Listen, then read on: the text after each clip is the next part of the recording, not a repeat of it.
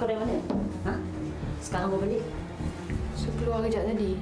Sekarang ni bukan main lagi kau, Dah pandai keluar-keluar semua, Tak, Mak, bukan macam tu. Apa bukan macam tu? Sekejap. Aku sebenarnya dah lama dah tak puas hati dengan kau ni.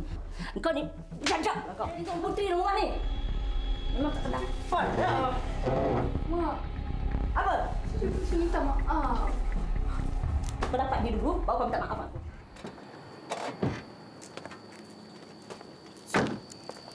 Su. Kamu nak marah kat saya lagi ke? Awak tak ada salah apa pun yang saya nak marah. Look, saya tahu awak marah kat saya sebab saya minta putus macam tu je. Tapi please, saya tak ada niat. Saya minta maaf sangat. Awak boleh tak berhenti cakap perkataan maaf, maaf, maaf? Saya dah bosan lah dengar. Boleh.